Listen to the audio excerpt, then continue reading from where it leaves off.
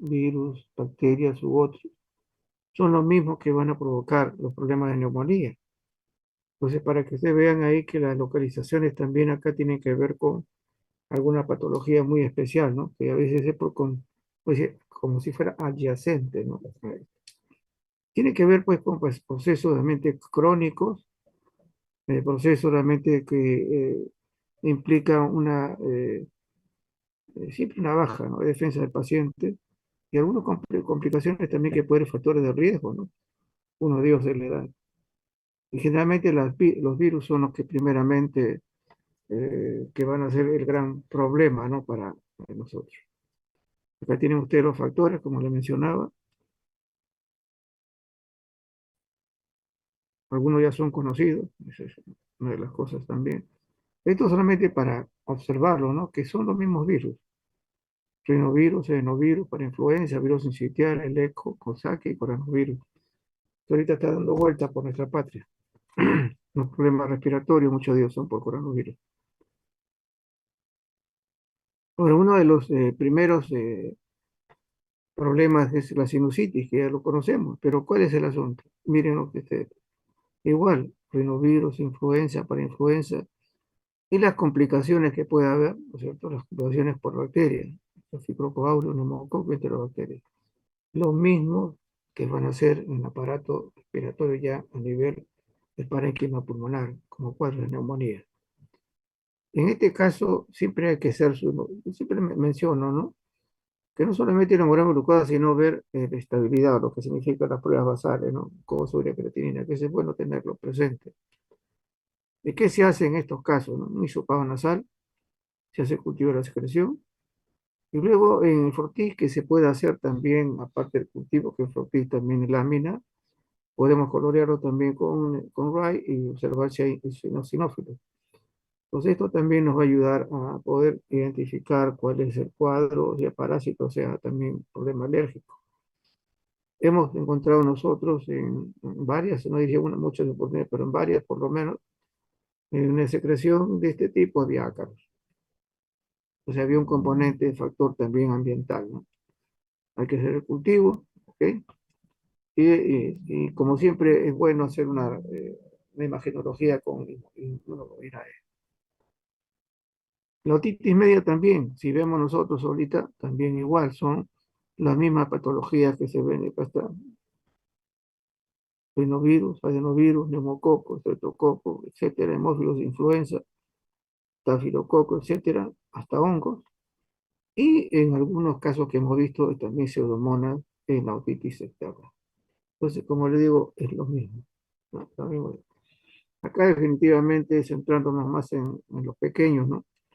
Hay que hacer también pruebas que ayuden a buscar la estabilidad, ¿no? En este caso hemodinámica del niño, siempre hacer un problema, si es alérgico y un cultivo de secreción óptica.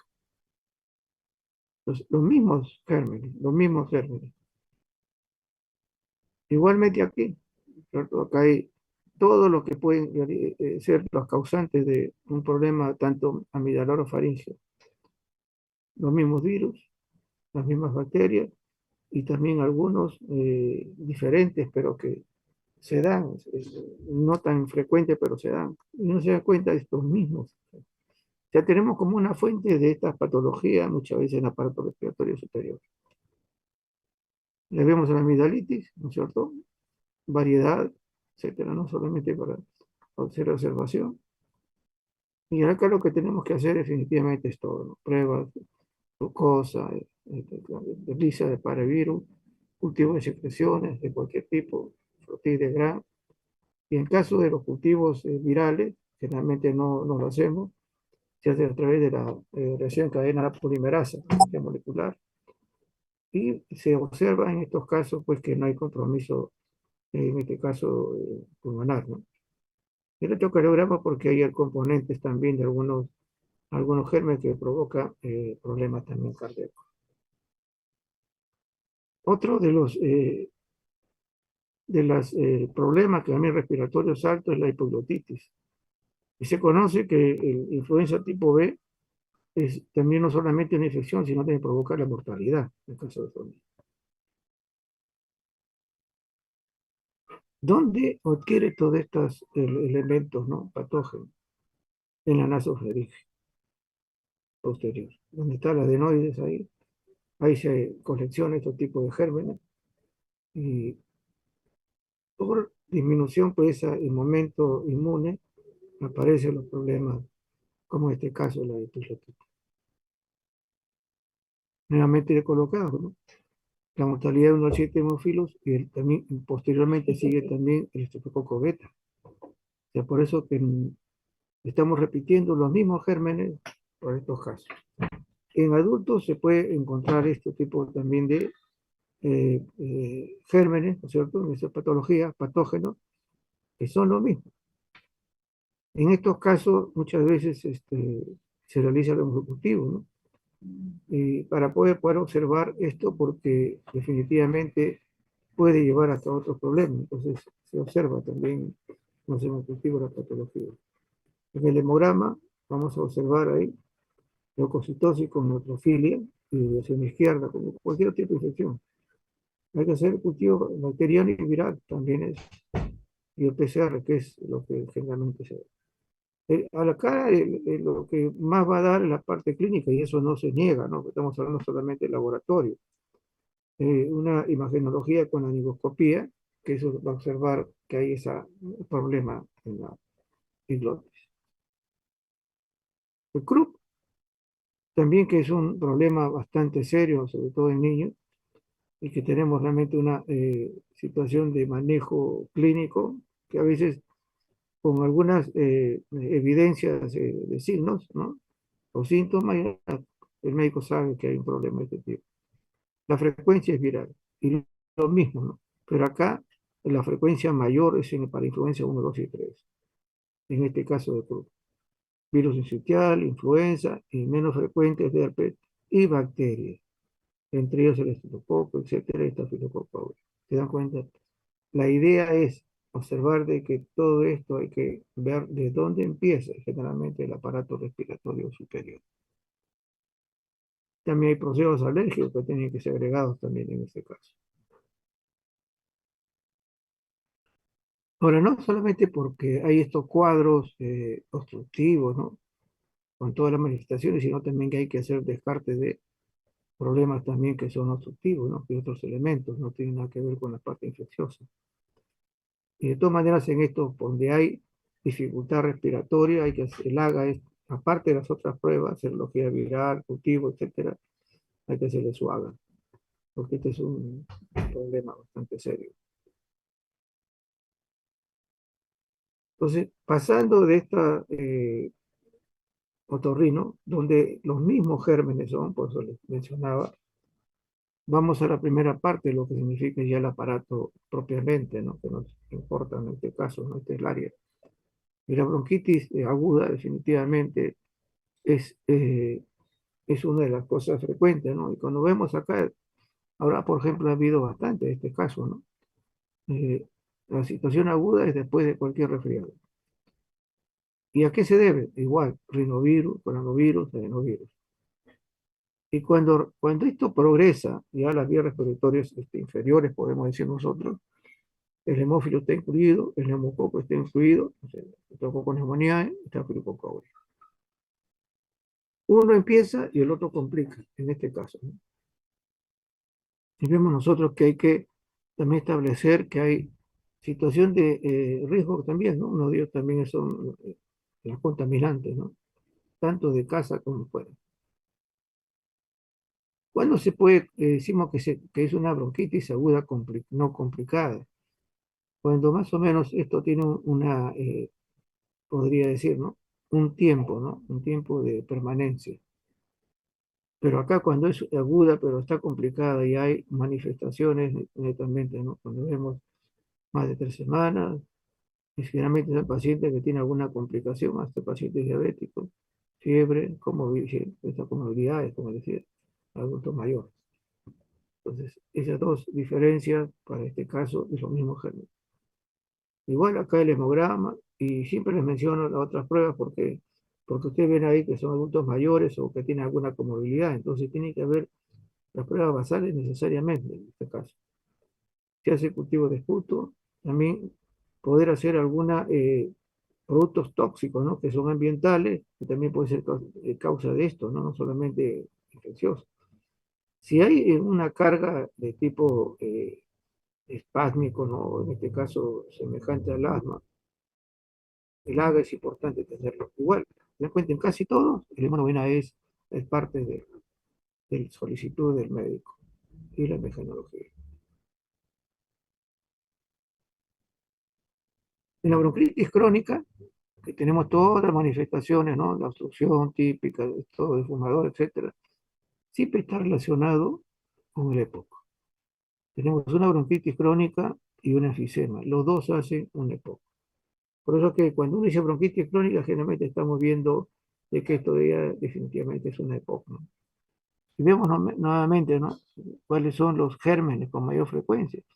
Hemófilo influenza, neumococos, y pseudomonas, etcétera, rinovirus, etcétera, adenovirus, cuadros, efectivamente. Y en este caso, cuando ya hay un compromiso mayor y hay una obstrucción mayor, etcétera, ya las manifestaciones son mucho más floridas y muchas veces estos cuadros ya, sobre todo de pacientes de UCI y pacientes ancianos, se complica como una neumonía, ¿no? Un cuadro más grave. Bueno, en este caso de POC, el diagnóstico, aparte de todos los que tenemos que hacer, el diagnóstico definitivamente es la espirometría. Eso es el diagnóstico. Ahí está el EPOC, esto del asma, etcétera. Y luego repite, hemograma, glucosa, urea, estamos haciendo lo basal al paciente porque hay una carga ahí con movilidades, haga electrolito, cultivo de puto, igual inmunoglobulina E, porque hay un trastorno, alfa-1 antitripsina, toxicología, productos ambientales, imagenología y la espirometría como diagnóstico. Teniendo también todo el cuadro clínico, no estamos discutiendo eso, estamos discutiendo qué se puede pedir en estos casos. En el asma, como ustedes ven acá, hay un compromiso inmune, eh, definitivamente. Igual que la diabetes, que ya no se considera pues un algo metabólico, sino también un problema de tipo inmune. Acá es una enfermedad crónica, hay una hiperreactividad de obstrucción irreversible que puede ser, ¿no? Muchas veces son irreversibles en caso de algunas situaciones crónicas, ¿no? Que ya no funcionan, ¿no? A veces el tratamiento inmediato, ¿no? Esta es la patología del asma y podemos ver los factores, las infecciones, factores causales, factores que favorecen, etcétera. Definitivamente, cuando uno hace un diagnóstico, eso lo he visto en bastantes casos de pacientes que tienen asma, se hace un sinnúmero de pruebas, ¿no? Tremendo. Acá es algo que hay que identificar, inclusive hasta los alimentos. Y vemos por eso nosotros. En el programa, cuando está complicado, tenemos nosotros leucocitosis con sinofilia. Hay que hacerle glucosa, calcio, perfil hepático, ureacreatinina, eosinofilia, se le hace para ver eosinófilo en esputo, a nivel secreción nasal, conjuntival, pruebas de alergenos, que eso actualmente ya está más tipificado, ¿no? Antes se hacía en el brazo, se hacía piquetes, 10 a 15 piquetes, ahora ya es otra cosa. Si hay compromiso respiratorio netamente, interleuquinas, etcétera, y muchas veces como un estímulo de la inmunidad. ¿Qué es lo que hacían algunos, no? Que hacen, o sea, le dan un tipo de sustancia supuestamente que puede ejercer un problema alérgico y le toman una globina E. Si hay una subida definitivamente al nivel de la globina E, ese es el responsable y hay que quitarlo. Sea pelo, sea ácaro, sea lo que sea, hay que quitarlo, ¿no? El medio ambiente y la limpieza.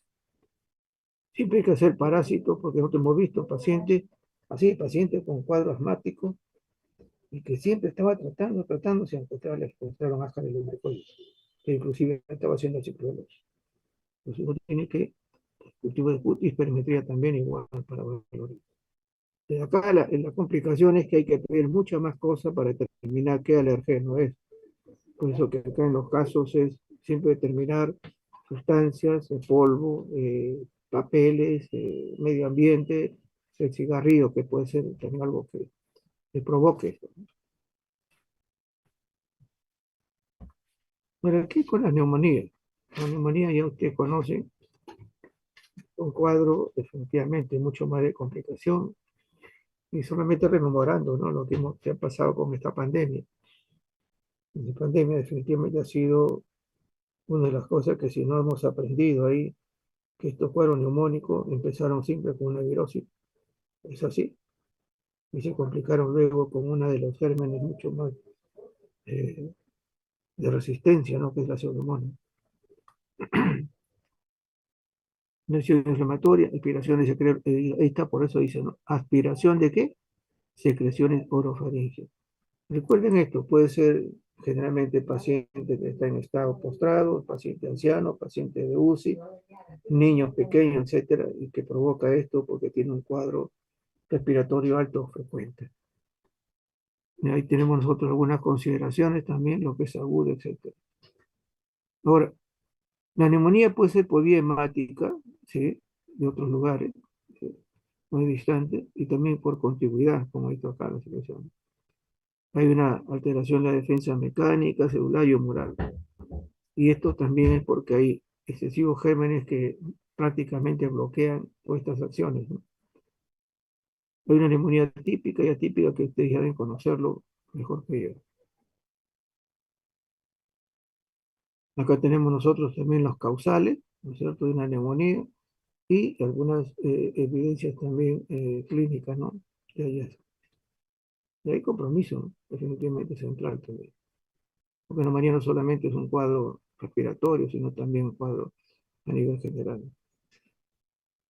Por una de las cosas que definitivamente siempre nos han mencionado, ¿no? Es cómo sé que esta es una neumonía eh, nosocomial y otro que es en la comunidad. Generalmente en la comunidad parece mentira. Mayormente son que estreptococo neumonía. Pero no digamos que acá también puede haber, ¿no es cierto? Y hay un sinnúmero de elementos también que puede significar enterobacteria, etcétera, ¿no? Estafilococo y pseudomonas, ¿no? Generalmente estamos hablando de una neumonía nosocomial cuando el paciente ingresa la 48-72 horas comienza a tener picos febriles y hay contagio de otros gérmenes. Aquí en este momento, ¿qué es lo que hace el médico? Le pide un hemocultivo. Eso es lo importante para eso. Y ese es a veces el hallazgo que se tiene, ¿no? Con estos gérmenes.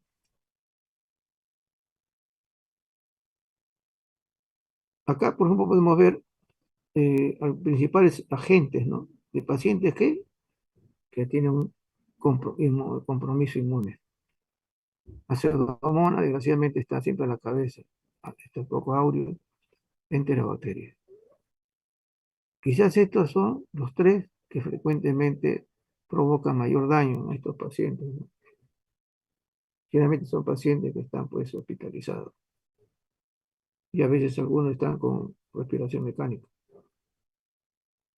Bueno, hay algunas cosas que quería mostrarle, de verdad, porque ahí hablar de neumonía y acabó el asunto, ¿no? Pero hay algunas características, ¿no? No diría pues, que hacemos el diagnóstico con estas características, algunas posibilidades sí, en otras no, pero ayuda mucho a veces conocer toda esa manifestación. El neumococo definitivamente es causa de neumonía y no se lo estoy tocando solamente lo que estoy resaltando, ¿no? En los primeros años de la vida. Y también a nivel de los últimos años de la vida. Esa es una cosa frecuente que se contiene en este momento.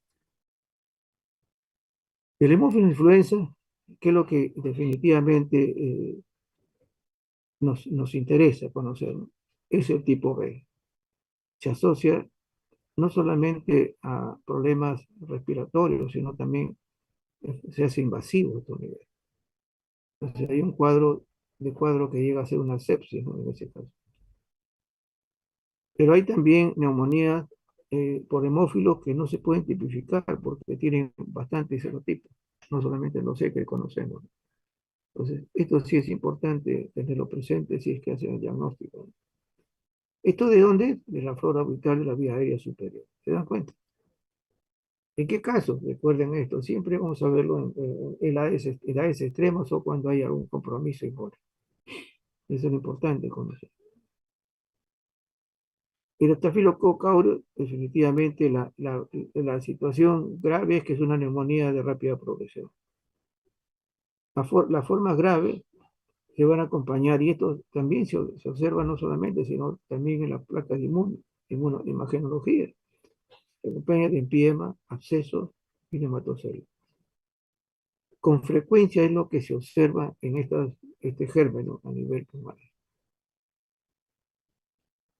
El estreptococo de la actividad E o del grupo B, ya conocen ustedes que se frecuente en neumonía siempre en el periodo neonatal inmediato. En este caso es el contagio a nivel del canal del parto o de la vía rectal. También en esto definitivamente hay un sinnúmero de problemas que ocasiona. En esto definitivamente les digo es el hemocultivo, una de las primeras cosas que se hace. Cuando una neumonía clamidia, vemos nosotros, ¿no? Generalmente neumonías de lactantes hospitalizados menores de 6 meses. ¿Ok? Si hablamos de micoplasma, definitivamente vemos nosotros que es una neumonía que afecta a niños mayores de 5 años. Y vemos nosotros ahí, es variable, inicio lento, insidioso, y como una neumonías atípicas, ¿no? O sea, hay una ausencia de correlación clínico-radiológica, y eso tenemos que verlo, y eso hay que hacer pruebas especiales, ¿no? Entonces, eso es parte también de nuestra rutina de trabajo. Y la neumonía por pseudomonas aeruginosa, exclusivamente enfermos no solamente quísticos, sino también enfermedades crónicas, ¿no es cierto? Diabéticos, etcétera, problemas renales, pacientes que están en UCI, ancianos, o sea que están definitivamente a veces postrados, ¿no? La gravedad de esto, y hasta ahora se ve en otros en hospitales, muchos casos de este tipo, y la mayoría era resistente, ¿no? RAM, resistencia a antibióticos. Es uno de los grandes problemas de la pseudomonas. Es motivo, ¿no es cierto? En general. Virus sincitial respiratorio, el 20% de las neumonías. Generalmente son pequeños brotes, en los meses de invierno, en niños prematuros, que tienen algún problema pulmonar, o malformaciones cardíacas, y siempre, ¿no? Este es el grupo de mayor riesgo. Una de las cosas que sí se observa es la presencia de bronquiolitis en estos casos, en estos pacientes. También es una situación grave en estos casos.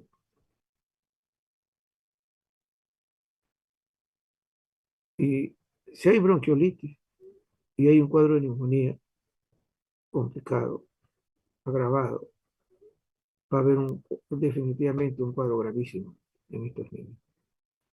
Y la mortalidad también se observa, no puede ser que es tan alta, pero sí se observa. Como ya mencionaba, el otro virus, adenovirus, esto lo que se sabe es que estas neumonías son prácticamente provocan mayor necrosis del tejido pulmonar.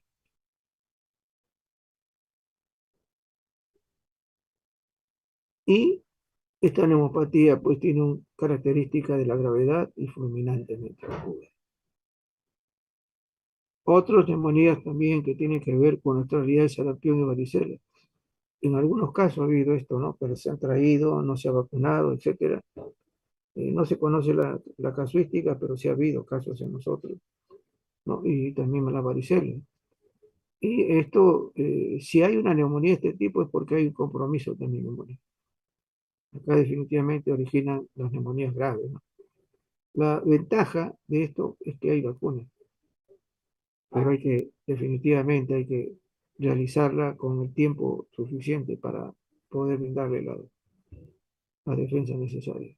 Entonces, vemos todo esto, que son neumonías, ¿no? Para cada uno tiene una particularidad, pero también hay neumonías también por hongos, que tenemos nosotros acá. Generalmente, ¿quiénes son? Problemas, problemas, podemos decir en general, CA, etcétera, como también problemas inmunes. La aspergilo también es igual. Y una de las cosas que sí hemos visto es que sí están las esporas en los hospitales. Y esto es por la contaminación. podemos decir, la tierra, esas cosas, ¿no? A veces es algo que puede ser hasta inclusive hasta en los yo no respiradores, sino el aire no circulante. A veces uno tiene que tener cuidado de que el aire del ventilador no pase hacia dentro, sino hacia afuera. Entonces, ¿por qué razón tenemos nosotros filtros EPA, ¿no? Para que cualquier tipo de elementos ahí que esté agregado en el medio pueda salir, no quedarse o ser dispersado. Una de las cosas que hemos visto en los años es que puede simular la tuberculosis, a veces tratado con tuberculosis al final no es. Los riesgos definitivamente son, para este caso, neutropenia, ¿no? Todo lo que significa pues, el manejo de pacientes con cáncer o problemas esteroideos, etcétera, o cuando hay antibioterapia bastante extensa, ¿no? Que provoca una neumonía de tipo crónica. La neumonía por neumocitis juvenil o carini, que antes se conocía, efectivamente también, se da, y eso ya lo conocemos, en todo lo que es también con problemas inmunitarios. ¿Sí? Todos estos pacientes hay que tenerlos presentes en la parte clínica para determinar qué es, ¿no?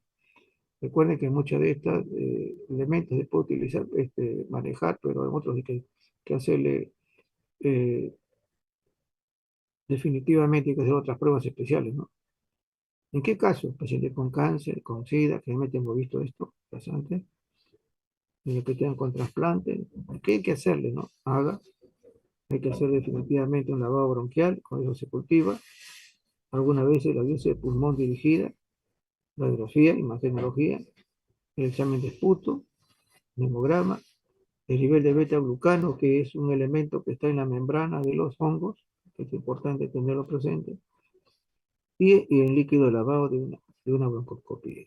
Es lo que generalmente se hace, todo esto va a cultivo, pero recuerde, hay que hacerle un basal al paciente. Estos casos son de compromiso gravísimo y hay que ver cómo está defendiéndose el paciente en esto. Y acá se tiene que hacer de todas maneras hasta cultivos, ¿no? Con correlación de Gram, siempre se hace así en todos los pacientes, sin Nielsen.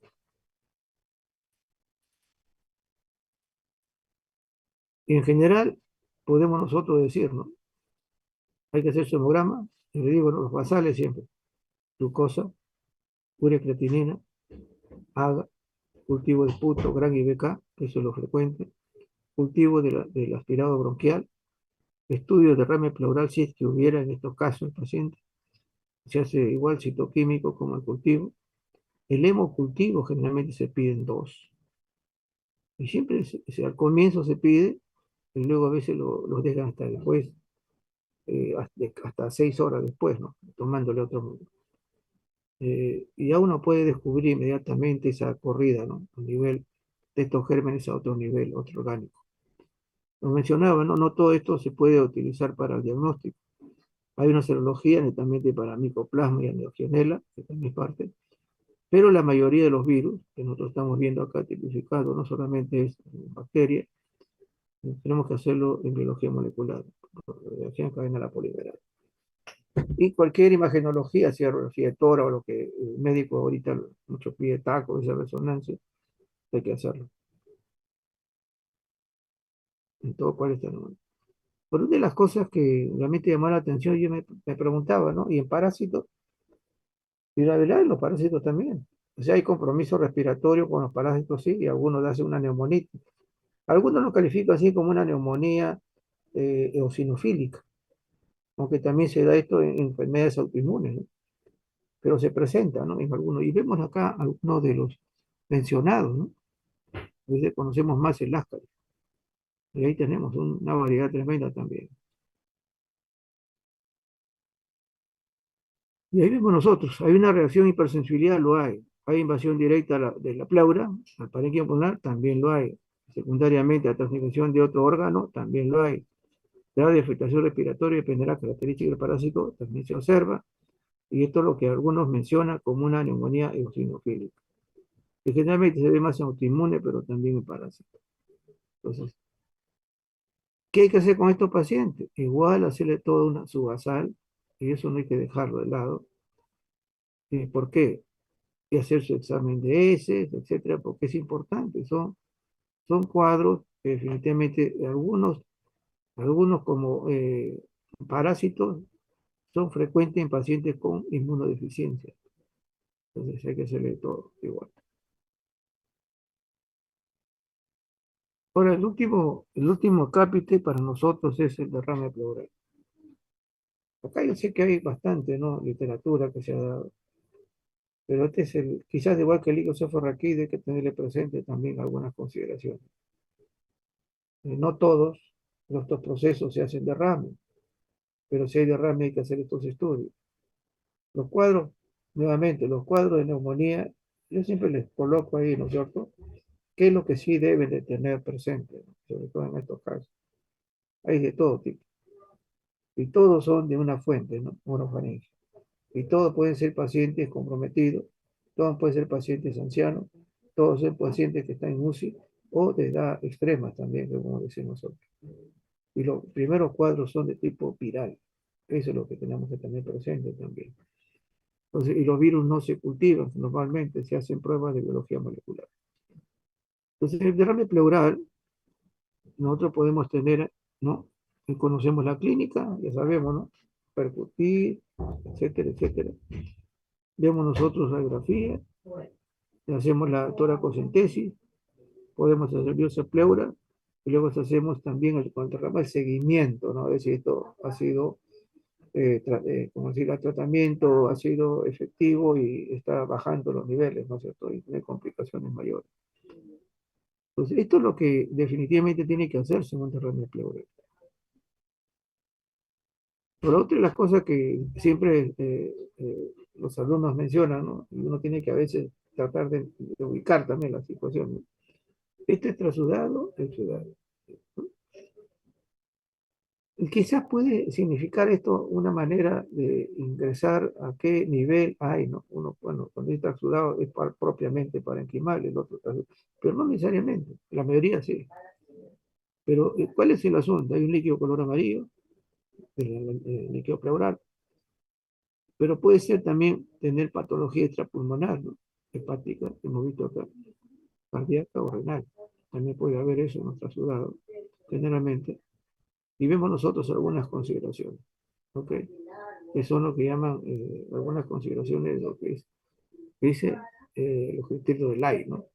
Que son negativos en este caso. Y vemos nosotros acá alguna patología. En el exudado, definitivamente, son netamente, y uno de ellos es conocidazo, es el paraneumónico, ¿no? Que es siempre me dicen, también puede haber tuberculosis. Siempre igual, el color va a ser acá el color más transparente, acá el color cetrino, ¿no? Más oscuro, como si tuviera una orina concentrada, ¿no? También puede ser hemático. Luego de cuenta que en el pulmón hay bastantes niveles vasculares. Y ahí conocemos los criterios del AI, ¿no? Para determinar que esto es exudado. Dice que basta uno de los criterios para decir que es parte, ¿no? Y vemos nosotros acá las patologías que frecuentemente dan. Ok. Ok. Bueno, si alguien puede grabar todo eso, muy bien, ¿no? Pero es lo que sucede. Solamente mencionarle aquí lo que se hace en una elección, sí, en general. Recuento celular y citología es importantísimo. Esto ayuda, igual que los procesos que meten líquidos cefalorraquídeos, también ayuda acá. Marcadores de tuberculosis, PCR, ADA, y cualquier tipo de interferón, etcétera. KOH con los hongos y cultivos varios. En la bioquímica, nosotros vemos proteína, deshidrogenasa, el colesterol, porque hay triglicéridos, porque hay también algún compromiso del derrame pleural, pH, glucosa, etcétera. Y vemos acá. Hay algunas apariencias del líquido pleural que definitivamente nos llama la atención, es si es sanguinolento. Y acá podemos tener acá algunos casos que pueden significar eso. Si es bajo, no significativo. El 20% puede ser una neumonía también por un cuadro, un derrame en este caso de tipo oncológico, ¿no es cierto? No solamente infeccioso. Si esto es opaco o turbio, tenemos que definitivamente Siempre hay que centrifugarlo para ver el sedimento.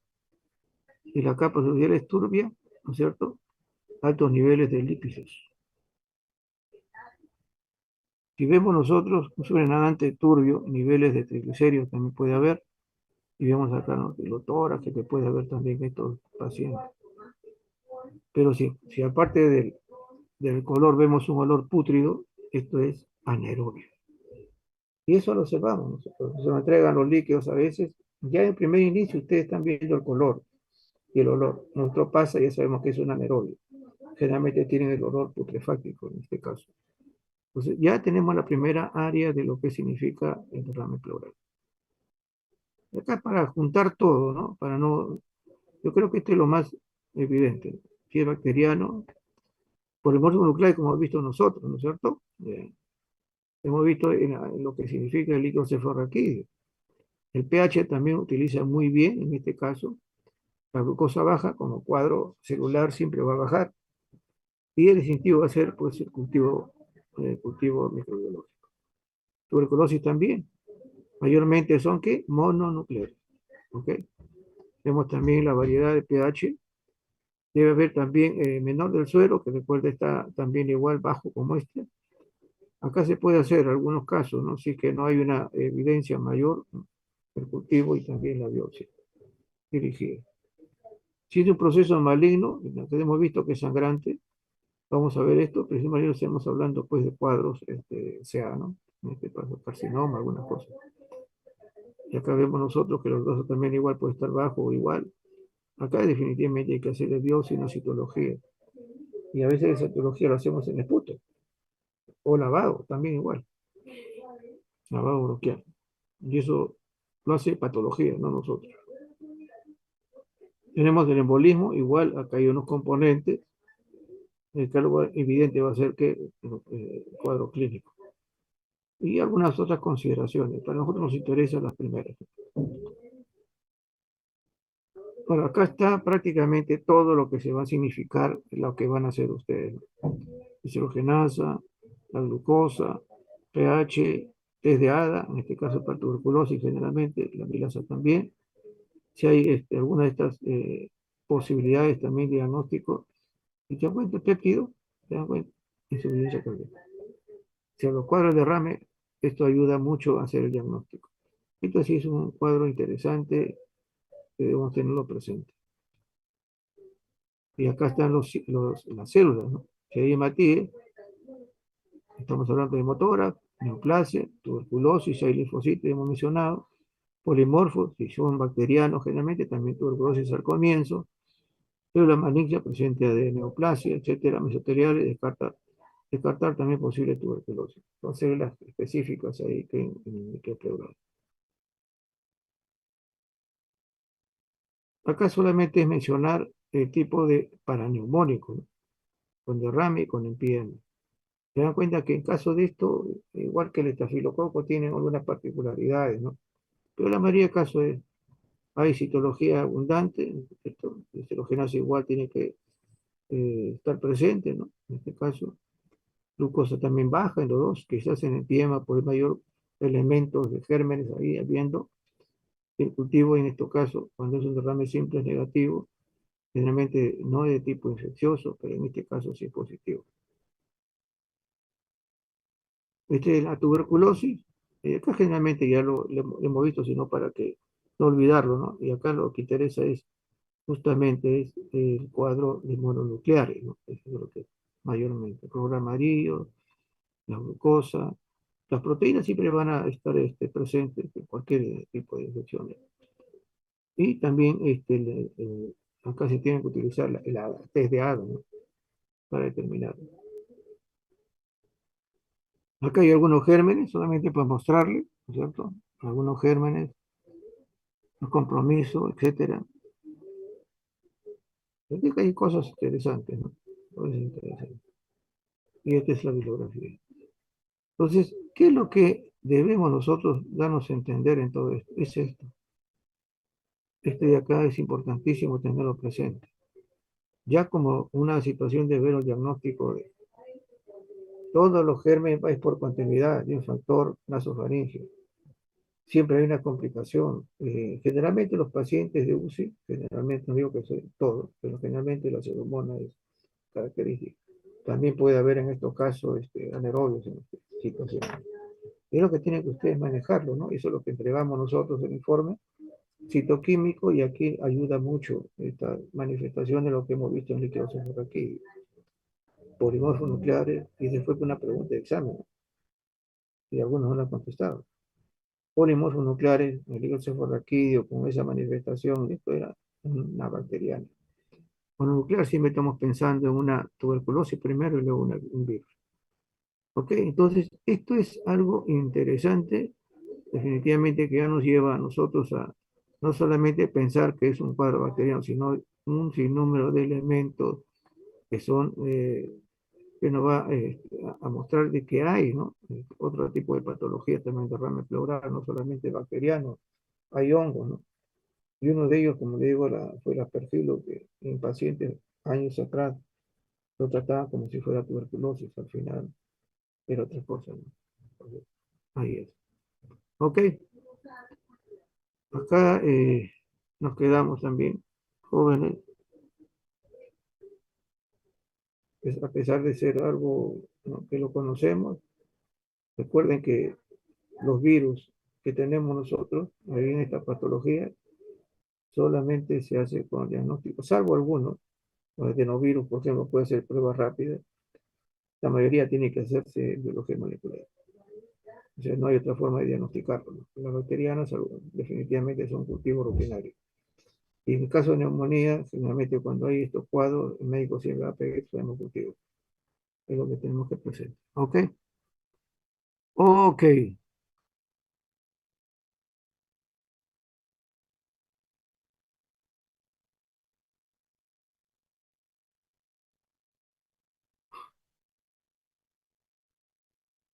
Ahí nos quedamos.